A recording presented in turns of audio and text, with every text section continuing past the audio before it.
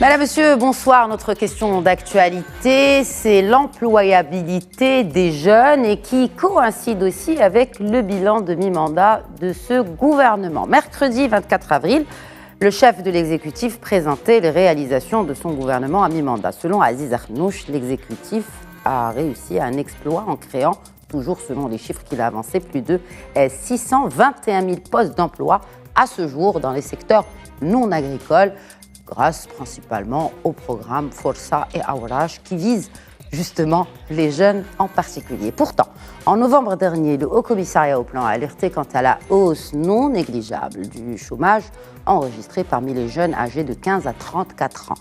Malgré tout, le HCP a tout de même révélé dans une autre enquête sur la jeunesse, cette fois, une amélioration avérée de l'emploi formel pour les jeunes au cours des 2 dernières décennies. En parlant d'enquête, l'association Youth Africa Foundation vient de publier son étude sur l'employabilité des jeunes au Maroc. L'enquête révèle entre autres des lacunes importantes, notamment dans la préparation des étudiantes et étudiants marocains à intégrer le marché du travail. Mais pas que. Cette étude a aussi mis la lumière sur beaucoup d'aspects à améliorer pour pouvoir donner le maximum de chance à nos jeunes d'intégrer le monde professionnel. L'équation est à variables multiples et cette inclusion ne passe pas forcément par les plateformes comme LinkedIn. Des solutions innovantes existent pour démocratiser l'accès aux services de recrutement. Et puis, il y a aussi ceux qui ont choisi le chemin de l'entrepreneuriat. Justement, nous avons les 3 ce soir dans cet épisode pour une vision à 360 degrés de la problématique de l'employabilité des jeunes au Maroc. Problématique, mais aussi et surtout alternative. Tout d'abord, j'accueille le président de l'association Youth Africa Foundation, Youssef Hamel. Bonsoir. Bonsoir Khadija, merci pour l'invitation. Merci à vous, toujours un plaisir de vous accueillir sur ce plateau. Donc votre association qui est à l'origine donc, de cette étude que j'ai citée dans mon préambule, qui a été réalisée en partenariat avec une plateforme de recrutement de stagiaires au Maroc et un autre outil, cette fois de correction de CV en ligne. Et je découvre d'ailleurs, je ne savais pas qu'il y avait une plateforme telle que celle-ci, Made in Morocco. On en parlera en détail tout à l'heure avec vous, Youssef Hamel.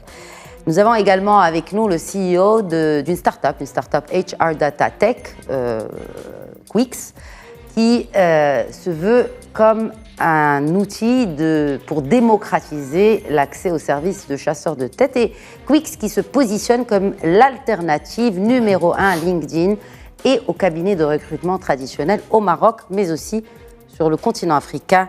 Amin Khayati, bonsoir. Bonsoir Khadija et merci beaucoup pour l'invitation. Merci à vous de l'accepter et de partager avec nous votre expérience. On va beaucoup parler aussi de cette employabilité des jeunes qui se trouvent face à beaucoup de goulots d'étranglement. On va essayer de peut-être pas les résoudre ce soir, mais en tout cas trouver les moyens et les chemins pour les résoudre. Avec nous aussi une entrepreneure, elle est fondatrice d'une entreprise marocaine spécialisée dans la commercialisation de légumes frais, crus, lavés, épluchés et découpés. Amina Audrey, bonsoir. Bonsoir, merci Khadija pour l'invitation. Merci à vous de l'avoir accepté. Ça fait plaisir d'être là. Tout le plaisir est pour nous. Et juste une précision, parce que votre profil est très intéressant, vous avez choisi de sauter le pas du salariat vers l'entrepreneuriat. Pourquoi ? On va y répondre tout à l'heure. On maintient le suspense, n'est-ce pas ? Mais en tout cas, vous avez l'air épanoui dans votre expérience et dans votre aventure d'entrepreneuriat. On saura un peu plus pourquoi dans quelques instants. Mais avant, on parle d'employabilité, on va bien sûr parler des chiffres. Je voudrais d'abord, Youssef Hamel, vous qui suivez un peu l'employabilité des jeunes, les jeunes de manière générale à travers la fondation que vous présidez. Quand on a découvert les chiffres qui ont été publiés par le HCP, c'était fin d'année dernière, quelle a été votre réaction ? C'était des chiffres alarmants. Pas de surprise, en fait. Sur le taux de chômage, et qui a augmenté, notamment chez les jeunes. Réellement, il n'y a pas de surprise pour moi par rapport aux chiffres qui ont été annoncés par le HCP, parce qu'on voyait ça sur le terrain. Et on voyait que ça ne pouvait que se détériorer en termes de situation et en termes de taux d'employabilité de ces jeunes-là. D'un point de vue opportunités qui sont créées sur le marché. Et je pense que le HCP, il s'intéresse plus à cet aspect-là, voir qu'est-ce que le gouvernement, qu'est-ce que l'économie a pu créer derrière comme opportunité, comment est-ce que l'économie peut accompagner tous ces jeunes-là qui se retrouvent sur le marché de l'emploi. Donc pour nous, clairement, on comprenait que ces chiffres-là étaient en phase par rapport à ce qui se passait sur le marché. Et on avait même, nous, la température à l'avance parce qu'on voyait ça sur tout le travail qu'on faisait sur le marché. Et on voyait, et c'est ça, pour moi, c'est l'élément le plus dangereux dans ça, c'est la démission de ces jeunes-là qui ne sont plus à la recherche d'un emploi. Et je pense que ça, c'est un aspect qui est plus dangereux pour moi. Je veux dire, on parlait d'un décrochage scolaire, maintenant on parle aussi d'un décrochage dans l'employabilité. Alors, il y a le CSE qui parle de 3 millions de jeunes aujourd'hui qui sont ni en formation, ni à la recherche d'un emploi. Exact, les NEET, les fameux NEET, là. Oui. Les NEET. Et lorsqu'on parle de 3 millions, c'est potentiellement 3 millions de jeunes actifs qui ne participent pas à l'économie marocaine. Je ne sais pas si on compare par rapport déjà à ce qu'on a comme force active sur le marché. 3 millions, ça représente quand même pratiquement le 1/3 de ce qui est actif aujourd'hui sur le marché. Active, absolument. Donc revenons maintenant à l'étude. Pour ce qui est de notre étude, nous, on s'intéresse plus à des choses qui sont plus factuelles. Et lorsque je dis des choses qui sont plus factuelles, nous, on va plutôt aller chercher des explications par rapport à ces difficultés d'intégration de ces jeunes sur le marché de l'emploi. Oui. Et on va aller les chercher du côté de l'école. Qu'est-ce que l'école, qu'elle soit privée ou bien publique, qu'est-ce qu'elle fait comme accompagnement, qu'est-ce qu'elle met comme outil pour faciliter, pour simplifier l'intégration de ces jeunes sur le marché de l'emploi. Et c'est là où les résultats de notre étude viennent montrer qu'il y a encore du travail à faire. Certainement. Et surtout, oui, parce qu'à regarder effectivement les résultats de l'étude, il y a beaucoup de travail à faire. Qu'il faut regarder avec un peu de recul pour une simple raison. Il y a la Covid, on est passé par la Covid. Il y avait un travail qui était fait depuis 2011, depuis 2012, où on a senti qu'il y avait une vraie sensibilisation par rapport au rôle que l'école devait jouer, notamment l'école publique, parce que c'est là où il y a plus de 80-90% des étudiants qui se trouvent sur le marché de l'emploi. Oui. Donc il y avait cette prise de conscience. Avec l'avènement de la Covid, ça a changé, parce qu'on s'est retrouvé... Dans le bon ou dans le mauvais sens ? Dans le mauvais sens, tout simplement, parce que les écoles, ils étaient confrontés à cette obligation de continuer à donner des cours à distance. Donc on s'est concentré sur l'essentiel, on va dire, parce qu'ils considèrent l'essentiel, c'est de donner les cours, ils n'ont pas accompagné les étudiants. Et on a négligé tout le volet soft skills, accompagnement de ces jeunes, préparation de ces jeunes pour qu'ils puissent trouver un emploi. Je trouve que c'est légitime, mais en même temps, je considère qu'il est plus que urgent aujourd'hui de reconsidérer le rôle des stages, le rôle de ces soft skills et de les considérer comme étant le plat principal et non pas le dessert. Bon, pour justement le ministre qui est à la tête du département de l'enseignement supérieur, on ne parle plus de soft skills, on parle de power skills. Bon, après, c'est juste la terminologie qui change, on attendra les résultats qui changent aussi, c'est ça le plus important, ce n'est pas une question de terminologie finalement. Peut-être Amine Khiyati, vous qui êtes justement en contact aussi avec ces jeunes-là, est-ce qu'il y a des tendances que vous décelez ? Est-ce que ces tendances vont dans le sens de ce qui a été annoncé par le chef de l'exécutif avec ces 600 000 emplois créés en 2 ans et demi, ou au contraire, vous appuyez le retour d'expérience de Youssef Hammal pas du contraire d'une amélioration, d'une détérioration justement de l'accessibilité de ces jeunes au marché de l'emploi? En fait, il y a deux points différents, je voudrais dire.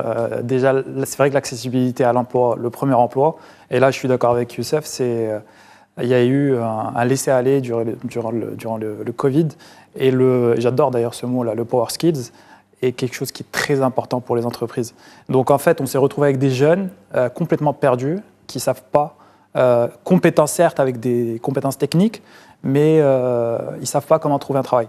Ils ne savent pas comment utiliser des réseaux professionnels. Ils n'ont aucune idée de comment se présenter, comment venir à l'heure à un entretien, pour vraiment des choses basiques. Ce qui fait que j'ai un chiffre qui est assez intéressant à sortir.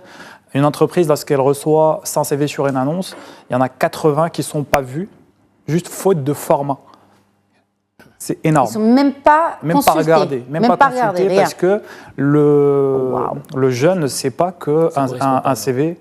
Hein? Parce que ça ne correspond pas aux normes, aux attentes. Parce qu'un CV doit être, par exemple, en format PDF, ils reçoivent un format doc, parce qu'il y a des fautes d'orthographe. Alors, on ne va pas creuser, on ne va pas savoir, alors qu'il y a énormément de compétences là-dedans. Donc, en fait, il y a eu une déperdition d'informations qui est extraordinaire. Et c'est là où il y a plusieurs solutions aujourd'hui qui sont pas assez connues pour aider ces jeunes à trouver ce premier emploi. Maintenant, pour revenir sur les tendances, oui, en fait, il y a une tendance qui est extraordinaire, c'est le besoin en développement digital, en tech. Aujourd'hui, en intelligence artificielle, c'est 12% de croissance par rapport juste à l'année dernière. Énormément de besoins en énergie renouvelable, en tout ce qui est gestion de déchets, dans ce qui est industriel. Il y a énormément de demandes. Mais l'offre. Le problème, c'est que l'éducation n'est pas adaptée aux besoins du marché. Vous vous rendez compte qu'on a tenu cette émission il y a 5 ans et c'était le même constat. Exactement. Parce que 5 ans, il y a quelques années, mais on a tenu le même, justement, sur l'adéquation formation emploi. Et là, on se retrouve encore. Parce qu'il y a je vais essayer de simplifier la chose très simplement. Oui. On n'a pas assez de données structurées sur ce qui se passe réellement et le décalage qu'il y a entre l'éducation et les besoins du marché. C'est limite, il y a très peu de communication. En fait, on n'arrive pas à se projeter, à se dire, dans 10 ans, je vais avoir besoin de tel métier. Par exemple, il y a une dizaine d'années, on aurait pu se dire, tiens, l'intelligence artificielle est quelque chose d'extraordinaire et on est en plein dedans. Et il y a beaucoup de jeunes qui ne savent pas l'utiliser. Je veux dire, aujourd'hui, l'intelligence artificielle, pour moi, c'est comme utiliser la calculatrice à l'époque. C'est pas pour apprendre à calculer. L'intelligence artificielle ne va pas remplacer l'humain, mais elle remplacera celui qui ne l'utilisera pas. Donc, c'est vraiment dans ces tendances-là qu'on est aujourd'hui. Et donc, malheureusement, si on en a parlé peut-être il y a quelques années, il y a un vrai décalage entre l'éducation et le besoin réel du marché.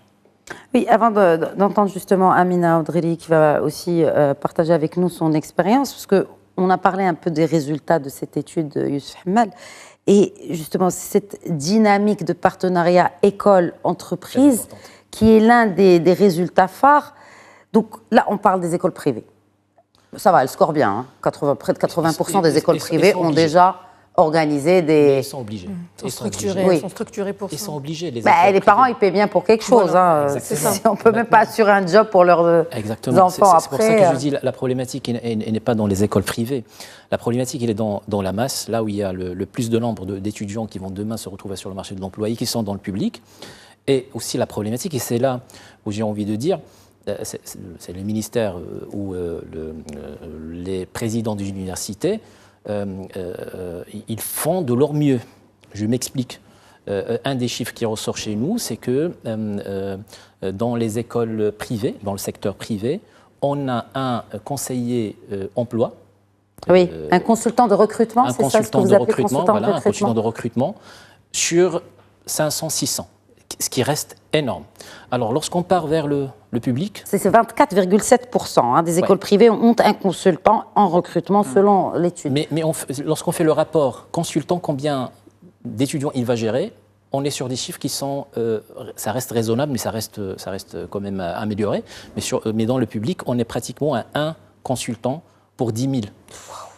Comment, alors j'essaie juste, et c'est là où je rejoins Amine en lui disant, aujourd'hui on est en 2024, il y a l'intelligence artificielle, aujourd'hui il y a des solutions qui existent, maintenant il faut juste formaliser et il faut juste avoir conscience de ce fait qu'on ne peut pas fabriquer un produit, désolé je vais en choquer plusieurs, considérer un étudiant comme étant un produit, mais on ne peut pas fabriquer un produit sans lui préparer un packaging.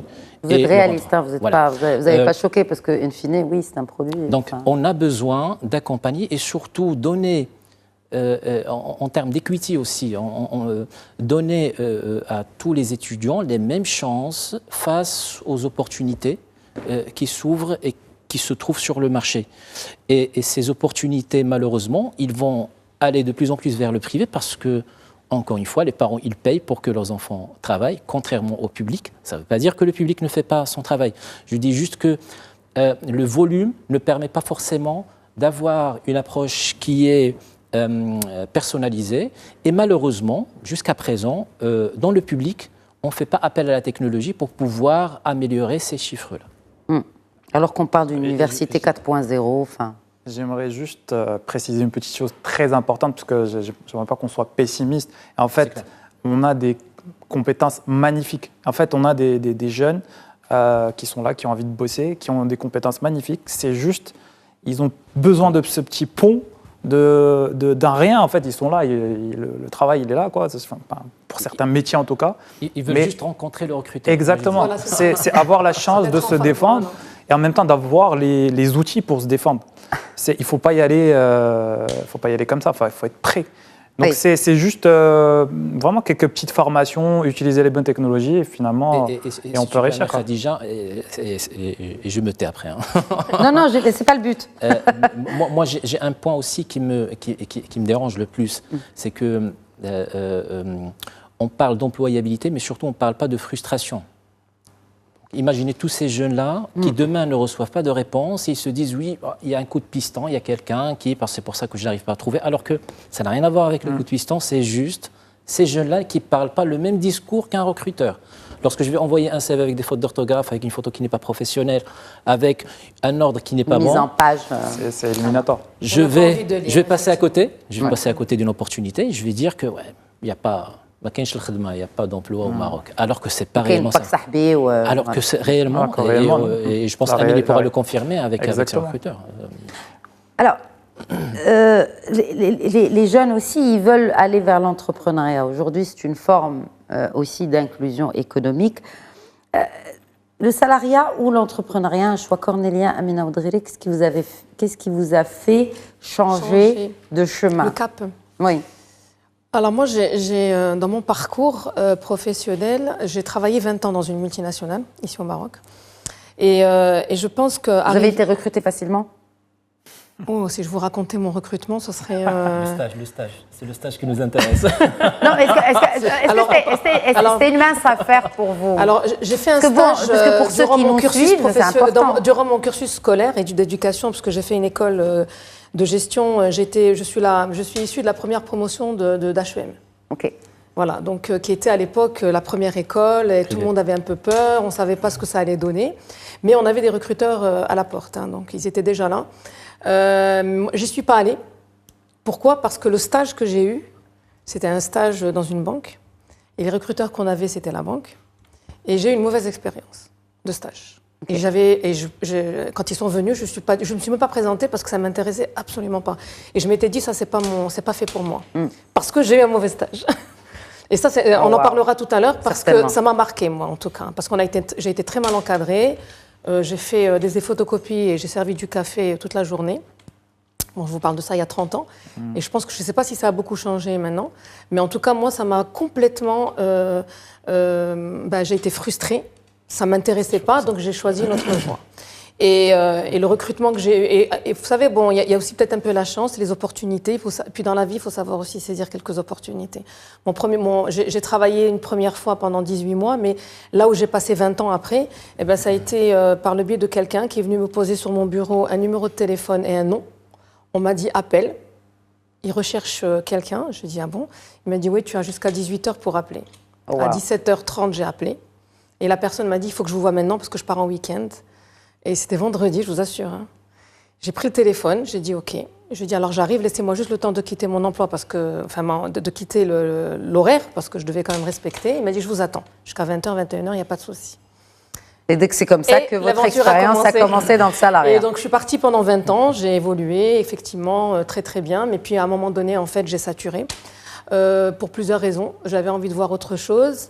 Je savais que mon évolution était limitée. Peut-être parce que je suis une femme, peut-être parce que je suis locale et que l'entreprise, voilà, exactement, avait besoin, je pense, de maintenir. Et je m'étais dit, bon, et puis aussi dans mon parcours professionnel, j'ai eu la chance d'intégrer le CJD et on a beaucoup travaillé sur la notion du dirigeant et également, on a beaucoup travaillé également sur le pont entre l'entreprise et l'école. On a fait beaucoup de choses sur cet aspect-là. Bon, il y a quelques années déjà, ça fait maintenant, je crois, 8 ans ou 9 ans. Et on a beaucoup travaillé sur l'entrepreneuriat. Et je crois que c'est comme ça que j'ai eu cette envie d'entreprendre. Ça fait combien de temps que vous êtes entrepreneur? 12 ans. Ça fait 12 ans maintenant. Ouais, ça passe vite. Et je ne reviendrai pas en arrière. Et voilà. Est-ce qu'un retour en arrière est envisageable? Vous avez répondu à ma question. Non, tout de suite, non. C'est une expérience magnifique. Et donc, j'encourage. Oui. Oui, il y a des choses positives, il y a des choses négatives. On va pas être pessimiste, mais mon rôle à moi aussi, c'est Oui, on parlera des côtés, bien sûr, des contraintes, des obstacles. Absolument. Ça, c'est clair. D'autant plus que vous êtes une femme. Voilà. On en parlera. Exact. Et là, aujourd'hui, vous employez... Une 50aine de personnes. Très bien. Et je suis dans l'activité de l'industrie agroalimentaire. Dans la région. Très bien. Et là, ça touche aussi le rural. Et là, on n'en parle pas, hein.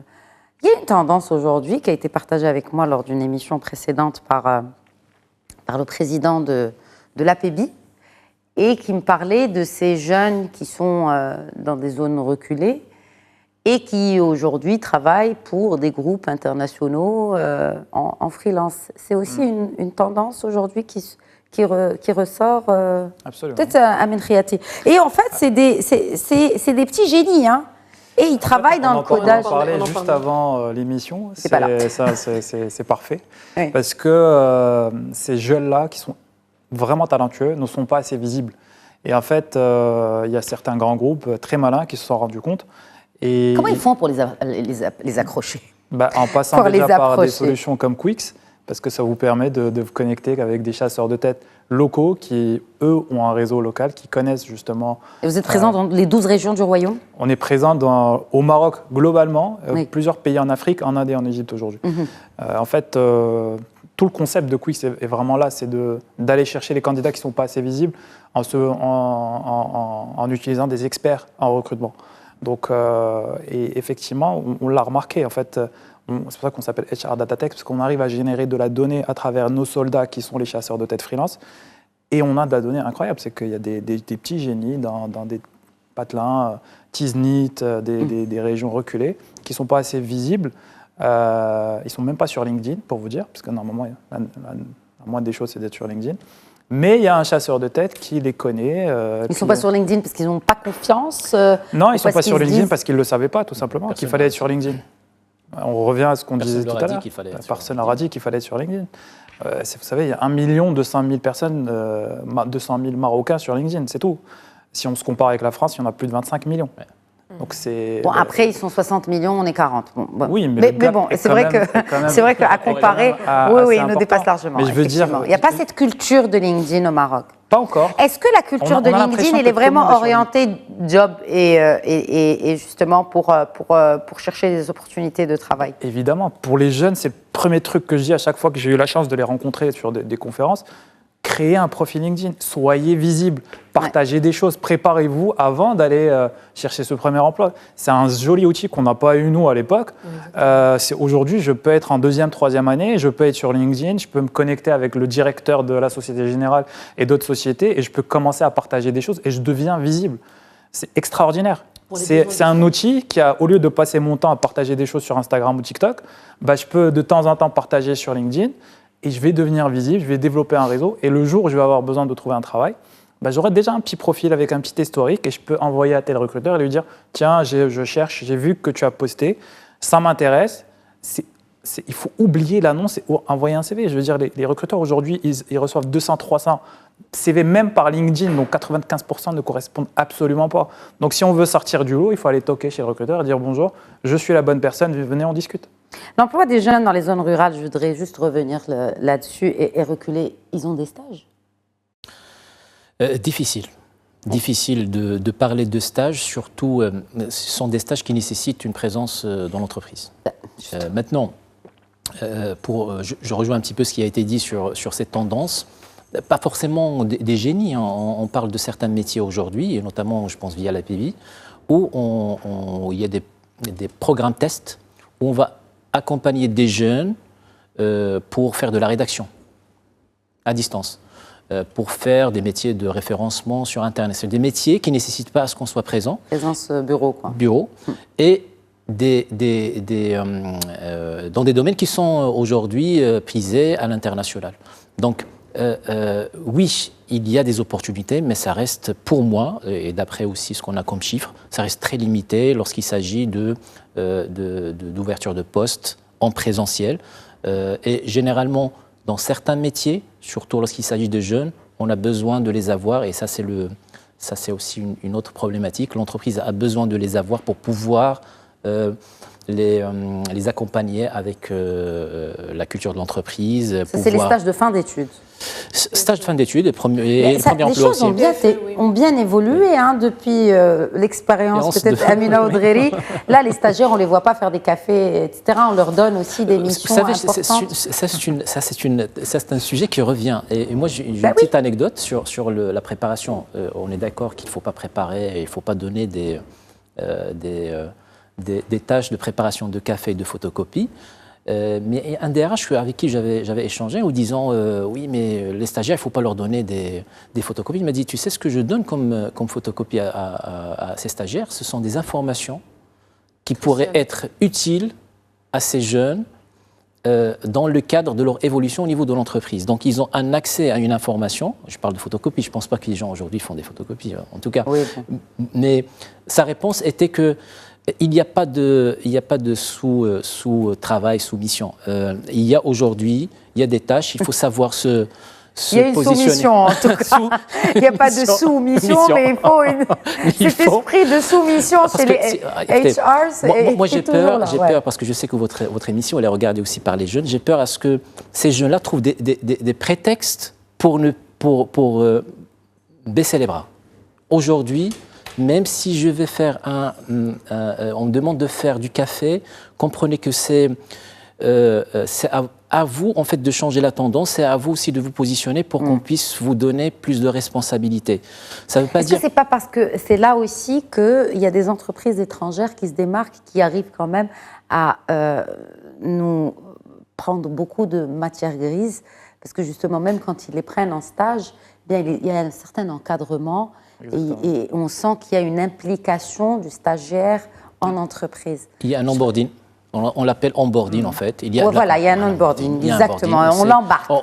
C'est un embarquement du stagiaire on arrive à ça. Je pense qu'avec notre économie qui est récente, et il ne faut pas la comparer avec d'autres économies, c'est-à-dire il y a des choses qui commencent à s'installer. Il y a les RH aussi qui commencent à comprendre, notamment dans les métiers de l'offshoring, ils commencent à comprendre que on parle aujourd'hui de marque employeur. Il y a des années, on ne savait même pas ce que c'est que marque employeur. Aujourd'hui, il y a la thématique marque employeur. Il y a même un métier au sein de l'entreprise où on a un responsable marque employeur. C'est-à-dire aujourd'hui, les entreprises se soucient même de leur réputation à l'extérieur. Il ne faut pas oublier qu'il y a des choses qui se font.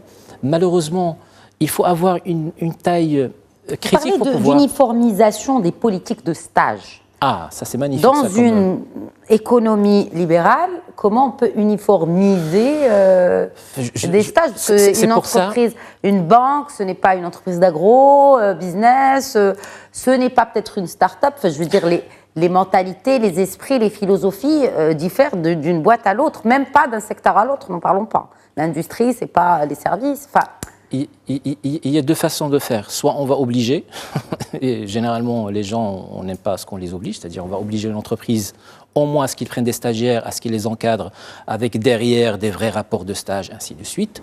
Ou bien on va les incentiver en leur disant, écoutez, si vous prenez 3 stagiaires, vous les accompagnez, vous retenez 3-4 stagiaires à la fin et que vous les gardez au-delà de 1 an, 2 ans, dans ce cas, vous avez un crédit impôt ou autre. C'est-à-dire, il y a des façons de faire. Lorsque je dis, encore une fois, encourager, c'est-à-dire, il faut tester. Aujourd'hui, le terrain, il est vide.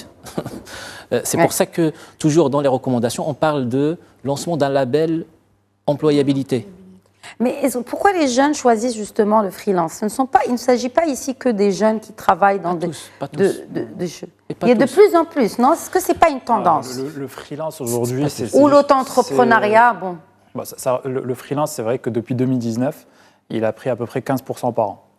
mais ça ne représente pas grand-chose en fait. En fait, en réalité, il y a encore aujourd'hui 60% des jeunes, je parle bien des jeunes, hein, j'assure les jeunes, qui veulent un poste CDI parce que c'est la sécurité, parce que c'est CNSS, machin. Ouais. Très bien. Mais le freelance aujourd'hui, c'est fait surtout pour des métiers où il y a beaucoup de demandes. Quand on parle de tech, bah, c'est normal quand une personne est sollicitée par une dizaine d'entreprises, elle peut se tourner pour le freelance parce qu'elle a le pouvoir de le demander. Donc, la tendance aujourd'hui, il n'y a pas des jeunes qui sont sortis d'école qui vont se mettre en freelance. C'est juste quasi impossible. Hein. Je parle c'est clair. sous contrôle. Après peut-être 2 ans, 3 ans, on comprend qu'on peut gagner plus d'argent. Et là, éventuellement, se retourner vers c'est vrai que c'est une tendance qui est très importante. Mais par exemple, pour nous, les recruteurs, les chasseurs de tête, ce sont des freelances. Ils travaillent à leur compte. Mais ce ne sont pas des auto-entrepreneurs. Parce que là, encore non, c'est vraiment des freelances qui travaillent avec leur compte. Et donc, du coup... Mais pour faire partie de cette communauté de recruteurs, il faut avoir minimum 5-6 ans d'expérience dans le recrutement et après, c'est nos limites. Donc, le freelance, c'est surtout pour les experts. Si je peux me permettre, l'auto-entrepreneur est arrivé pour justement, on va dire, sortir un peu de l'informel. Moi, par exemple, j'ai des prestataires autour de moi que j'ai amenés à devenir auto-entrepreneur parce qu'ils travaillent de manière un peu informelle. Moi, j'avais besoin... C'était pour ça que ça a été lancé en 2015, c'est pour lutter contre l'informel. Mais après, il y a eu des changements dans les lois de finances qui ont fait que les gens repartent. Oui. Il y a eu une chute, encore une fois, des chiffres de l'auto-entrepreneuriat. On parle de 600 000 auto-entrepreneurs, d'après les derniers chiffres, dont à peu près 300 000 qui sont actifs. Moi, je pense clairement le statut auto-entrepreneur, il est venu pour permettre à certaines populations de sortir de l'informel. Maintenant, il faut pas voir dans l'auto-entrepreneuriat une solution pour résorber le chômage. Si on considère que... Oula, là vous allez à l'encontre de beaucoup de programmes où il y a beaucoup de milliards de dirhams qui sont déboursés par l'exécutif. C'est ma conviction. Non mais j'en conviens et je comprends et je respecte cela et merci de partager cela avec nous en toute transparence parce qu'effectivement là on fait comprendre que c'est la solution pour résorber le chômage. Quand on lance des programmes comme Força par exemple, c'est pour encourager l'auto-entrepreneuriat à coût de 100 000 dirhams. Après, est-ce qu'on a fait un audit ou un bilan du résultat de ce genre de programme? Big question mark, ça ne figure pas dans le bilan des mandats. Mais en tout cas, effectivement, est-ce qu'on ne va pas dans le sens de choisir l'auto-entrepreneuriat au lieu de choisir un emploi? Je ne pense pas. Surtout les jeunes sortis d'école, je ne pense pas qu'ils vont s'aventurer aujourd'hui à se lancer dans... Parce que l'auto-entrepreneur, ça veut dire qu'il faut que vous travailliez et surtout que vous puissiez délivrer et être sûr que vous allez délivrer pour que vous puissiez être payé avec toute la partie gestion de ça représente que 5% des jeunes aujourd'hui, l'auto-entrepreneuriat. C'est clair.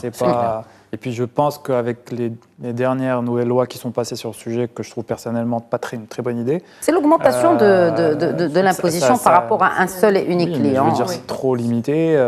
Il y avait beaucoup plus d'agilité. Maintenant, je ne connais pas les fins fonds de la loi, mais... 30% sur le revenu des auto-entrepreneurs qui dépassent 80 000 dirhams avec le même client. 80 000 dirhams par an. En fait, ça pousse à revenir un peu à l'informel. Je ne connais pas de jeunes qui ont l'ambition de faire seulement... non, mais du coup, ils vont repartir vers l'informel. Enfin, je veux dire, c'est exactement ça. C'est le serpent qui se mord la queue. Amina Oudrili, je voudrais justement peut-être parler aussi de l'inclusion par l'entrepreneuriat. Vous travaillez avec des coopératives dans le cadre de votre... Je suis en agrégation, oui, exactement. Je suis en programme, contrat-programme, on va dire, en agrégation avec les producteurs directement. D'accord. Donc, en fait, ils lancent leur programme de récolte et de semences et de récolte en fonction de mes besoins. Oui. Et donc, du coup, j'ai créé, donc, depuis maintenant 10 ans, un écosystème autour de mon activité sur la partie, producteurs en fait de salades, producteurs d'herbes, d'aromates, et on a même développé des produits spécifiques pour nos besoins à nous.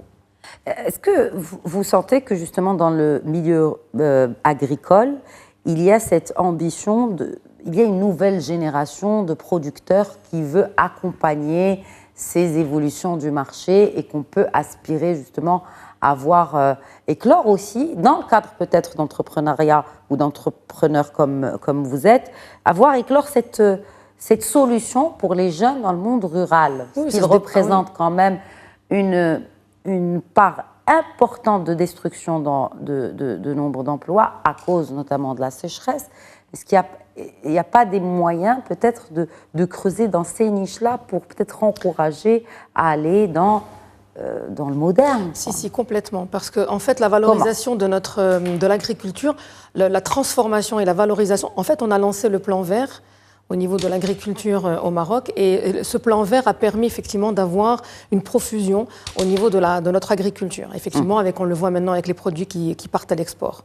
Maintenant, la partie de la valeur ajoutée, de la valorisation et de la transformation en agro, sur notre activité, elle est encore très faible.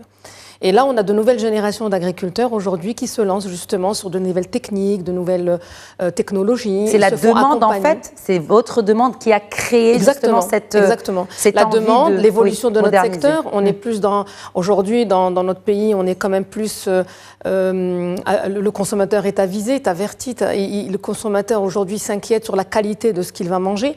Donc on a cette notion de la qualité, de la traçabilité dont on a besoin. Donc en fait aujourd'hui l'agriculteur il a complètement changé. Ce n'est plus l'agriculteur qu'on connaît d'il y a longtemps. Ça évolue. Et puis bon, c'est un métier de père en fils, il faut le savoir, parce que c'est quand même c'est un métier de la terre, et la terre on l'apprend quand on est jeune et accompagné. Mais aujourd'hui, on le voit, je le vois. Aujourd'hui, moi, j'ai accompagné des producteurs. Quand on leur a demandé d'évoluer dans la technologie, d'avoir de la traçabilité, d'être certifiés, ils l'ont accepté, ils l'ont fait. Voilà, donc je veux dire, aujourd'hui, c'est une adaptation. Très malléable. Bon, alors justement, on termine sur de l'optimisme. Une note positive. Oh, une note positive. De toute façon, c'était positif. Voilà, l'alternative, en fait, au-delà du positif, de l'alternative, de la recommandation pour une meilleure insertion professionnelle des jeunes. Maintenant, on ne parle plus d'employabilité, mais c'est une question d'insertion professionnelle des jeunes. Je commencerai par vous, Youssef Hamel. Cette étude a également permis de fournir des recommandations qui vont d'ailleurs dans le sens même de l'étude du CESE, du Conseil économique, social et environnemental, qui a vraiment tiré la sonnette d'alarme l'année dernière vis-à-vis des NEET, de ces jeunes qui ne sont ni dans le système éducatif, ni dans le travail. Ils sont à la rue. Confiance. Moi, je pense qu'il faut qu'on redonne confiance à ces jeunes. Moi, je pense que c'est le mot d'ordre. Ouais, ça demande un débat de 5 heures, là. C'est la confiance. Croyez-moi, je pense que... Moi, il n'y a pas de baguette magique. Oui, mais j'aimerais bien qu'on mette des mots quand même. Des choses qui sont simples. Voilà. Des choses qui sont simples. Aujourd'hui, parler à ces jeunes et leur dire que vous avez les mêmes chances que quelqu'un, c'est-à-dire qu'ils sont dans le public, vous avez les mêmes chances que quelqu'un qui est dans le privé.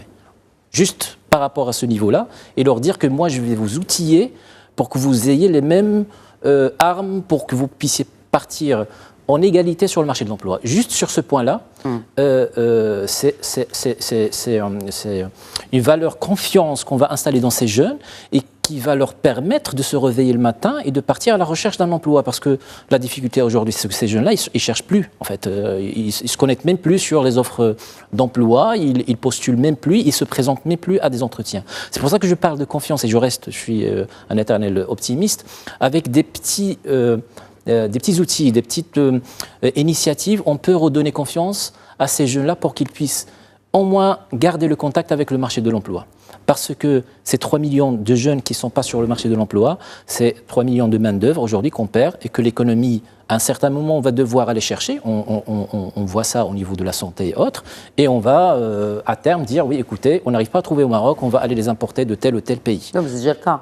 Je le dis. Parce que on va dans des hôpitaux publics aujourd'hui, il y a des médecins étrangers qui officient dans les hôpitaux publics marocains. Clairement. Je veux dire, et ça risque aussi de s'étendre à d'autres corps de métier.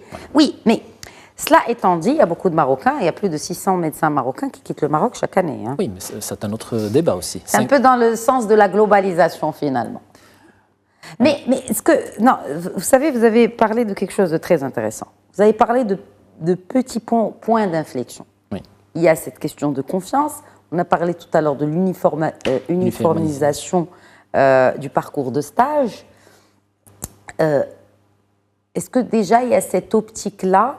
On le voit, on a un ministère qui s'occupe de l'emploi et de la formation. Est-ce qu'il y a une optique, vous la sentez-vous, des autorités, ou en tout cas des autorités publiques, comme du secteur privé, qui déjà intègrent l'idée que cette insertion passe par le stage, Est-ce qu'il y a déjà Est-ce que, par exemple, une étude telle que celle-ci, elle pourrait aussi apporter quelque chose pour améliorer l'insertion? On est là en tout cas, c'est-à-dire c'est pour ça qu'on l'a fait Oui, avec vous la êtes là Fondation, aussi à Média pour TV, répondre et pour aider. Oui. C'est de part aussi notre rôle aussi d'accompagner notre pays parce que aussi voilà, on a un rôle aussi pour aider et pour accompagner.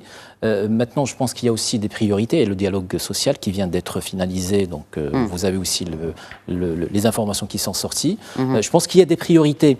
Maintenant, la vraie question, c'est comment rendre cette thématique d'insertion des jeunes une thématique qui est prioritaire et la placer au-dessus de tous les autres points qui devraient être traités en sachant qu'on est à mi-mandat. Donc, et côté secteur privé aussi, Amine Khiati, on n'a pas vraiment, enfin, à part la participation des entreprises marocaines aux foires de l'étudiant ou aux foires de l'emploi, des job fairs qui sont organisés notamment par les écoles privées, hein, parce que est-ce qu'on a des job fairs dans des universités marocaines Principalement dans les écoles, on va dire publiques, notamment les écoles d'ingénieurs, de commerce ou de gestion, voilà, qui sont connues. Mais c'est pas les facs, c'est pas encore et qui n'est évidemment pas suffisant, bien sûr. Parce que ce n'est pas en une journée qu'on va découvrir les compétences et puis on va rencontrer des milliers de personnes. C'est bien pour avoir le premier contact, mais on revient à ce qu'on a dit tout à l'heure, c'est le follow-up, c'est qu'est-ce qui se passe après, quoi. Un jeune a besoin d'un accompagnement complet, un truc qui est packagé. Après, pour revenir, il y a plusieurs recommandations qu'on peut faire, notamment mettre en place des quotas avec les entreprises privées pour l'employabilité des jeunes. Pourquoi pas mettre 10% de quotas pour les employabilités pour pousser justement les entreprises à embaucher plus de jeunes au lieu de faire des recrutements en interne ou aller chercher des consultants à l'étranger. Un sujet qui me tient beaucoup à cœur, c'est ce fameux statut start-up qu'on cherche à créer depuis un moment qui n'existe pas encore au Maroc et qui pourrait que la Tunisie a fait il y a déjà quelques années et qui pourrait aider, c'est parce qu'il y a plein d'entrepreneurs comme nous en fait qui ont la volonté d'embaucher, mais ça coûte cher. Les charges, le reste, ça coûte assez cher. Donc voilà, il y a des sujets sur ça. C'est à l'encontre de l'esprit de la start-up. Je veux dire, c'est vraiment...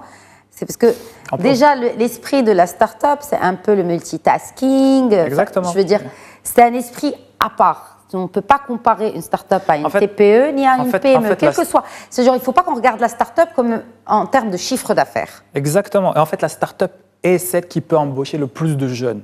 Qu'est-ce qui vous fait dire cela, Anne? Parce que vous pouvez prêcher pour votre paroisse, mais bon, oui, on aimerait bien que...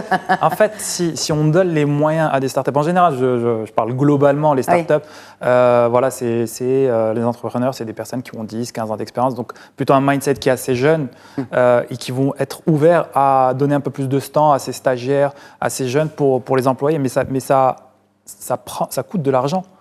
Je vais reprendre un exemple que j'ai aujourd'hui. Moi, j'ai un stagiaire que j'ai pris chez moi, qui s'appelle Abdelhaq, qui est diplômé d'Akhawaïn. Et en fait, il a passé chez moi 3 mois à ne rien faire. J'ai juste identifié chez lui des compétences et je ne savais pas ce que je pouvais faire de ce garçon-là. Et après 3 mois, on a enfin trouvé ce qu'il peut faire. En fait, il était excellent en création de contenu, de vidéos. Et c'est lui qui s'occupe de ça aujourd'hui. Aucune société n'aurait pu attendre pendant 3 mois pour lui trouver le... En fait, je le sentais. Ils ont d'autres chats à fouetter. Hein. Enfin, exactement. Je veux dire, ils sont pas... Exactement. Après, je reviens aussi sur le renforcement de la formation professionnelle. Donc aujourd'hui, le budget il est de 2 milliards de dirhams. Il y a clairement un manque de budget sur ça. Donc voilà, il y a plusieurs canaux. Il n'y a pas une baguette magique. Il y en a plusieurs qu'il faut activer en simultané par différents canaux. Est-ce que, par exemple, en benchmarkant parce que vous êtes présent sur d'autres pays africains, est-ce qu'il y a peut-être des petits points d'inflexion, encore une fois, peut-être des politiques qui sont adaptées au contexte marocain qu'on pourrait adopter? Franchement, au Maroc, on est très bien. On est en avance par rapport à d'autres pays africains. Donc, je parle des pays francophones. Maintenant, si je dois comparer sur la prise de décision qui a été faite, par exemple, sur la Tunisie, il y a quand même un statut start-up qui a été créé, mais on parle de 2016, 2017. Et ça fait des années qu'on attend ce statut au Maroc. Qu'est-ce qui bloque? C'est parce que les différentes parties prenantes n'arrivent pas à se décider. C'est quoi les parties prenantes? C'est tous ceux qui sont dans l'écosystème entrepreneurial, le gouvernement, en fait, le Moroccan Tech qui est sorti dernièrement. Donc, il y avait plein de... En fait, on a beaucoup parlé, mais on n'a pas encore bien exécuté. Les effets d'annonce. Amina Oudrili. Oui, j'aimerais ajouter. Oui, bien sûr. Non, mais toutes les recommandations sont les bienvenues. Moi, je pense qu'en tant que recruteur aussi, parce que je suis une PME, donc je recrute. Moi, je prends beaucoup aussi. Chaque année, je prends des stagiaires en PFE, donc en projet de fin d'études, et je les prends pratiquement pendant 4 mois, et on les accompagne en leur donnant une thématique, en les faisant travailler, et ça leur permet d'avoir un projet qu'ils présentent de manière intéressante. Mais ils travaillent. Franchement, ils travaillent. Et ça, c'est important. Pourquoi je le dis? C'est parce que moi, ça m'arrive quand je veux recruter, je regarde souvent les stages qu'ils ont effectués et qu'est-ce qu'ils ont effectué comme tâches. Et je leur demande de me parler de leur stage, justement, pour voir est-ce qu'ils ont été actifs, est-ce qu'ils ont compris le milieu de l'entreprise. Et je crois que c'est aussi important que cette phase-là soit accompagnée, en fait. Voilà. Je pense que c'est important parce que même pour leur insertion, là, ou leur insertion au niveau professionnel, ça va beaucoup les aider. Sur le plan de trouver un job bien déterminé, bien défini par rapport à leurs besoins et aux besoins de l'entreprise. Et s'ils veulent se lancer dans l'entrepreneuriat? Moi, je leur donne envie, en tout cas. Donc, moi, c'est ce que je leur dis. Hein. Mais, bon, oui. Mais moi, je crois qu'il est important, avant de se lancer dans l'entrepreneuriat, d'avoir quand même quelques années d'expérience en milieu professionnel. D'entreprise, d'être cadré, d'être encadré. Je pense que c'est important. Moi, ce qui m'a beaucoup aidé, c'est mes 20 ans quand même d'expérience. J'ai capitalisé dessus. Et ça m'a permis aussi d'être quand même assez forte, malgré le fait que quand on monte une entreprise, en tant qu'entrepreneur, on se retrouve seul. On revient à la case de départ, on fait tout seul, on commence tout petit, bien évidemment, après on grandit. Ça peut, l'esprit start-up aussi. Voilà, hein. Ça aide mentalement, ça nous aide. Ça nous aide quand on a quelques années derrière nous sur le monde professionnel. Yousef Hammal, un dernier mot sur cette étude-là. Donc, on n'en est pas à la première. Et on n'a pas parlé de label. Parce qu'il y a une recommandation aussi. Ouais, sur le label. Je vous ai demandé de partager avec nous vos recommandations. Donc oui, vous avez oublié le label. Non, mais je laisse le meilleur pour la fin. Vous laissez le meilleur pour la fin. Le label. Le label. Une des propositions aussi. Vu qu'on ne peut pas obliger les gens à prendre des stagiaires et on ne peut pas aussi obliger les écoles à, on va dire, à accompagner ces jeunes-là. L'idée de lancer un label employabilité, où on va pouvoir récompenser les meilleures écoles, qu'ils soient dans le privé ou dans le public, en leur disant « vous avez fait votre part du marché en accompagnant ces jeunes ». Avec un label. C'est un argument de marketing pour l'image de l'école ou de, et surtout de la leur fac dire, qui est exceptionnelle. Et une façon aussi de les remercier, parce que je sais que dans le public, on n'est pas obligé encore une fois d'accompagner ces jeunes, leur dire que vous êtes une école qui a fait sa part du contrat et qui a accompagné ces jeunes-là avec le minimum légal pour qu'ils puissent trouver facilement un emploi. Ah oui. Et c'est un label sur lequel on compte nous pencher dès la prochaine année. Ce label, est-ce qu'il implique aussi l'orientation de ces jeunes avant de passer vers le stage, c'est-à-dire de commencer en amont pour orienter le choix de ces jeunes pour choisir la filière qui va leur permettre de décrocher un job à la fin de leur cursus? C'est clairement ça en fait, parce qu'on considère qu'on intègre le stage comme étant un moyen d'orientation et pas seulement un moyen d'intégration du marché de l'emploi, mais surtout un moyen aussi d'orientation, d'où notre recommandation aussi via le label que les stages soient aussi, qu'on encourage les jeunes à partir au stage dès la première année et ne pas attendre jusqu'à ce qu'ils se trouvent au bout de leur formation. Et les entreprises refusent, enfin, pas toutes. On a déjà reçu des stagiaires en première, deuxième année qu'on fait travailler aussi. Ça me réjouit à chaque fois. Non, ça... Je m'en préserve. Non. Mais effectivement, on voit qu'il y a beaucoup de jeunes qui trouvent beaucoup de difficultés à trouver un stage quand ils sont en première année ou en deuxième année. Ça serait aussi quelque chose où le secteur privé doit peut-être aussi s'impliquer. Mais clairement, c'est une question aussi de mentoring. On n'en a pas parlé, malheureusement, il reste un peu de temps. Pourquoi on ne parle pas de mentoring clinique? Il faut du mentoring, c'est important pour accompagner aussi bien pendant le cursus qu'après. Moi, je crois que c'est important. Même quand quelqu'un veut se lancer dans l'entrepreneuriat, il faut qu'il y ait un mentor. Il faut qu'il y ait du mentoring qui accompagne pour expliquer, pour enlever les craintes. On va rester terre à terre. Il y a certaines initiatives, mais elles restent limitées. C'est limité. Et limitées, soit dans le temps, soit dans... Et il faut qu'elles soient identifiées pour les connaître, justement. Il y a des réseaux, oui, il y a du networking. Et je pense il est important d'expliquer aux jeunes d'être dans du networking. Il faut rentrer dans le networking, il faut avoir des contacts. Il faut à l'ère des réseaux sociaux. Dans les associations, voilà, c'est important. C'est important. Ouais. Merci beaucoup. Merci Youssef Hamel. Merci. Merci d'avoir participé au débat ce soir. Merci à vous également, Amina Oudreri. Merci Khadija. Et merci à vous aussi, Amine Khiataï. Toujours beaucoup. un plaisir. Grand plaisir. Marhaba. Merci à vous de nous avoir suivis. Très bonne soirée à tous.